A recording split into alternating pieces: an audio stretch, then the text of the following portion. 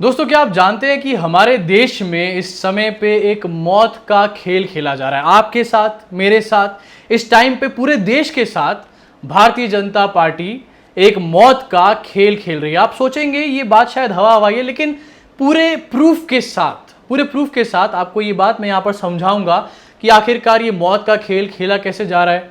हम इस वीडियो में बात करेंगे सोनाली फोगाट के बारे में और भारतीय जनता पार्टी के घमंड के बारे में, घमंड की जो ट्रेनिंग दी जाती है भारतीय जनता पार्टी में। लेकिन पहले दो तस्वीरें आपको दिखाना चाहता हूं जो इस मौत के खेल को पूरी तरीके से डिकोड करके आपके सामने रख देंगी। पहली तस्वीर आप लोगों की स्क्रीन पे जो कि राहुल गांधी ने कल अपने सोशल मीडिया के माध्यम से शेयर करी। अब आप राहुल गांधी को चाहे अप्पू बोलिए, चाहे पप्पू बोलिए, चाहे टप्पू बोलिए, चाहे गप्पू बोलिए, कुछ भी बोलो राहुल गांधी को, लेकिन सच्चाई ये है कि राहुल गांधी ने उस समय पे सरकार को चेतावनी देने का काम किया था जिस समय पे कोरोना वायरस ने हल्की सी दस्तक हमारे देश पे दी थी। उसके बाद भारतीय जनता पार्टी पागल हो गई, पप्पू पप्पू कह के भारतीय जनता पार्टी ने राहुल गांधी को चुप कर दिया और एंड रिजल्ट ये हुआ कि आज की डेट में हमारे देश में एक दिन में 10,000 से भी लगभग आसपास केसेस आ रहे हैं। तो ये ग्राफ देखिए, इसको समझिए जरा। स्क्रीन पे आपके ये लॉकडाउन और अनलॉक किस देश में किस किस तरीके से हुआ उसका ग्राफ है। अगर ये ग्राफ झूठा है तो भारतीय जनता पार्टी का कोई आके नुमाइंदा हमारे को यहाँ पर बता के करेक्ट करने का काम करे, उसमें भी मैं उसका बहुत वेलकम करूंगा। लेकिन ये ग्राफ दिखाता है स्पेन, जर्मनी, इटली, यूके और इंडिया में लॉकडाउन और अनलॉक का पूरा process. Spain, Germany, Italy, UK की जहां पर बात होती है तो यहां पर जब केस बढ़ रहे थे, जब एकदम से कर्व ऊपर गया तो लॉकडाउन लगा दिया गया। वहीं जब केसेस में एक डिमिनिशिंग कर्व दिखाई दिया और गिरावट आई केसेस के अंदर तो उन देशों को अनलॉक कर दिया गया। सिंपल सी थ्योरी, कोई बच्चा भी इस चीज को समझ सकता है। लेकिन वहीं इंडिया का कर्व आप देखिए, इंडिया में अनलॉक तब किया गया जब बहुत धीरे धीरे एक दिन में 10, 20, 50 केसेस आते थे और अनलॉक तब किया जा रहा है जब एक दिन में 9800 लगभग 10,000 केसेस हमारे सामने आ रहे हैं। आखिरकार ये ग्राफ मौत का ग्राफ नहीं है तो और क्या है। एक मौत का खेल ये, दूसरा मौत का खेल फायर डिसूजा का ये ट्वीट देखिए। सफूरा जरगार की यहां पर बात करूंगा मैं फिर से। इनके ट्वीट में लिखा है इन्होंने, Safoora Zargar is 21 weeks pregnant, suffering PSOS plus UTC according to lawyer. The court has noted that the case against her is for conspiring to block a road. ये ध्यान से सुनो इस चीज को। Pregnant women are vulnerable to COVID. Their immunity fluctuates. Jails are overcrowded. Denied bail thrice. एक महिला, Amit Shah ji, home minister जी, मैं आपसे पूछना चाहता हूं कि क्या आप इस महिला को जान से मारना चाहते हैं? जेल में रख के, तिहाड़ जेल में रख के। हमारे देश में बड़े से बड़े क्रिमिनल खुले घूम रहे हैं, अच्छे तरीके से सब जानते हैं इस बात को। लेकिन इस महिला को रोड ब्लॉक करने के लिए इस तरीके की बेदर्दी सजा क्यों दी जा रही है, मुझे ये चीज समझ नहीं आती। अगर आप इसको मारना ही चाहते हैं तो एक बार में क्यों नहीं मार देते? आप तो पूरे देश के साथ आप लोग मौत का खेल खेल रहे हो। एक महिला को अगर आप मारना चाहते हो तो आप उसका इस तरीके से तमाशा क्यों बना रहे हो, मैं आपसे पूछना चाहता हूं।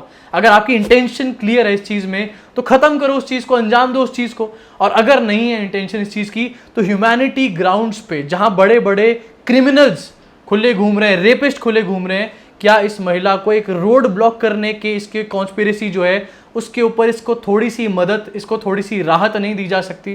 डेफिनेटली बड़ा सवाल। अब मैं बढ़ना चाहूंगा सोनाली फोगाट की खबर की तरफ। जरा पहले क्लिप देख लेते हैं, उसके बाद भारतीय जनता पार्टी के घमंड के बारे में हम लोग बात करेंगे। तुम्हारे जैसे लोगों के लिए करती हूँ, हाँ? तुम्हारी गालियाँ सुनने के लिए करती हूँ, गालियाँ सुनने के लिए करती हूँ क्या? हमें सम्मान से जीने का अधिकार नहीं है?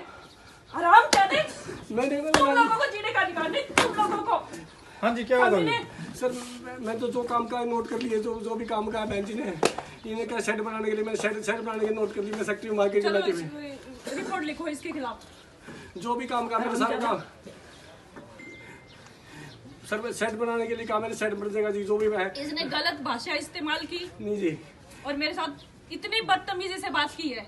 मैंने बात, मैं जी, मैं तो यहाँ बैठ के, आपने कहा दफ्तर में गए थे बहन जी वहाँ। रिपोर्ट लिखो। तो लेकर चलो नहीं, मैं काम कर रही हूँ बाहर निकल के।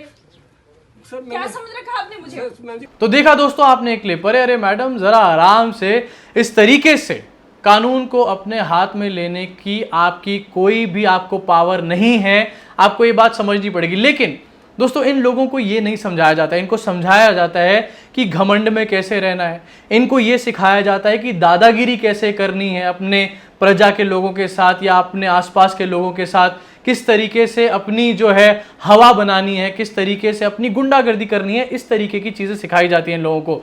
अब इस वीडियो में सोनाली फोगाट जो कि टिकटॉक स्टार है, मैं ऐसा नहीं कह रहा कि टिकटॉक के लोग राजनीति नहीं कर सकते, लेकिन जो कि टिकटॉक स्टार हैं जिनको विधानसभा चुनाव से पहले हरियाणा के लेकर आया गया था क्योंकि फेस नहीं था इनके पास इलेक्शन लड़ने के लिए, वो इस वीडियो में ये कहती हुई नजर आ रही है। पहले तो उन्होंने चप्पल से मारा अनाज मंडी के एक ऑफिसर को, उसके बाद वो ये कह रही है पुलिस से कि इसने मुझसे बदतमीजी करी है। मैं मान लेता हूं एक बार को बदतमीजी करी है, लेकिन क्या बदतमीजी का जवाब आप कानून को अपने हाथ में लेके दे सकते हैं?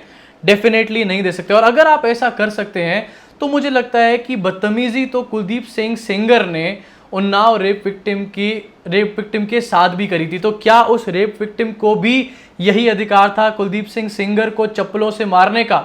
उस टाइम पे आपकी ये सोच कहाँ चली जाती है? अब इन महिला की बात करेंगे, और ये महिला अकेली नहीं है, इन महिलाओं के बहुत सारे दोस्त हैं जो भारतीय जनता पार्टी में मौजूद हैं, जिन्होंने बार बार वक्त रहते ऐसी अपनी मेंटालिटी दिखाई है कि भारतीय जनता पार्टी में एक घमंड की ट्रेनिंग दी जाती है।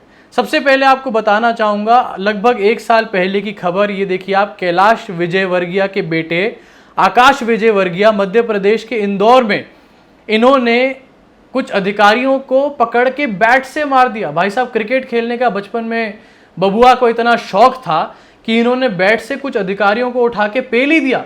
अब इन अधिकारियों की गलती ये थी कि ये अपनी ड्यूटी कर रहे थे, एक मकान की डिमोलिशन के लिए एक मोहल्ले में गए, वहीं पर आकाश विजयवर्गीय आ गए और पूरी तैश में आके उन्होंने गुंडागर्दी में इन अधिकारियों को बैट से मारने का काम किया।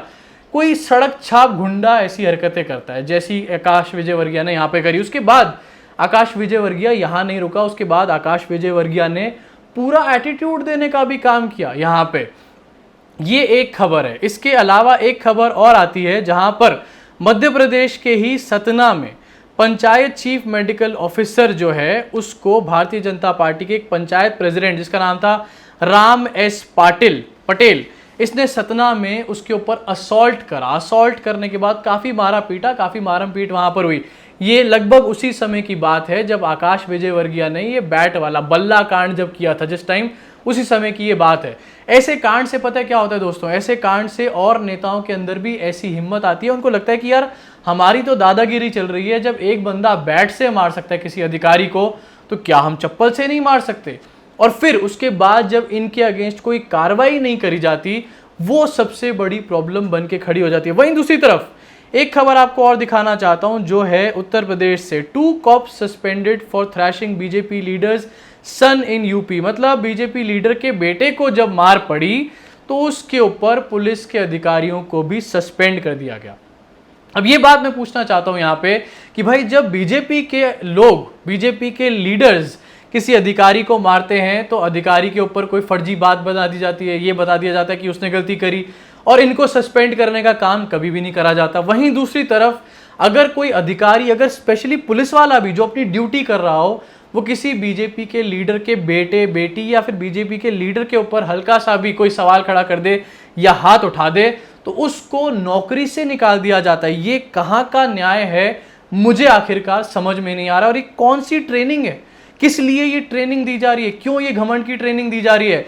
क्या भारतीय जनता पार्टी ये मानकर बैठ चुकी है कि ये लोग देश के मालिक हैं और बाकी सब लोग इनके नौकर हैं पूरे देश में, या फिर सब लोग इनसे इंफीरियर हैं और ये लोग सबसे सुपीरियर हैं? क्योंकि ये जो कर रहे हैं ये लोग, जिस तरीके से अपने हाथ में कानून को लेके, ये एक साइन है इनकी सुपीरियॉरिटी दिखाने का, जैसे ये अपने आप को सुपीरियर समझ रहे हो, सबसे ऊपर उठ के समझ रहे हो। आखिरकार ये ट्रेनिंग क्यों दी जाती है जब मोदी जी एक तरफ कहते हैं कि वीआईपी कल्चर को खत्म करना चाहिए, वीआईपी कल्चर को नीचे लेकर आना चाहिए, उसको खत्म पीछे रखना चाहिए बैक बर्नर पे, तो उसके बाद इस तरीके की हरकतें सामने क्यों आती हैं? और अगर हरकतें सामने आती हैं तो इस पे मोदी जी एक बार भी आज तक स्ट्रिक्ट एक्शन क्यों नहीं ले पाए? क्या मोदी जी में इतनी ताकत नहीं है कि वो अपने पार्टी के लोगों के ऊपर स्ट्रिक्ट एक्शन ले? डेफिनेटली है, लेकिन इंटेंशन नहीं है, स्ट्रिक्ट एक्शन लेने की इंटेंशन नहीं है, इसलिए खुला हाथ दे रखा है। अधिकारियों को पकड़ो, उनको जाओ, उनको चप्पल से मारो, उनको जूते से मारो। बड़ा सवाल यह है कि अधिकारी जो इतनी मेहनत करके एग्जाम देकर एक ऑफिसर बनता है सरकार में, जो दिन रात सुबह शाम जनता की सेवा करता है और जनता तक पहुंचने की कोशिश करता है, जो इन नेताओं के बेकार ढकोसले वादों को जनता तक पहुंचाने का काम करता है, क्या वो इस तरीके की चप्पल डिजर्व करता है?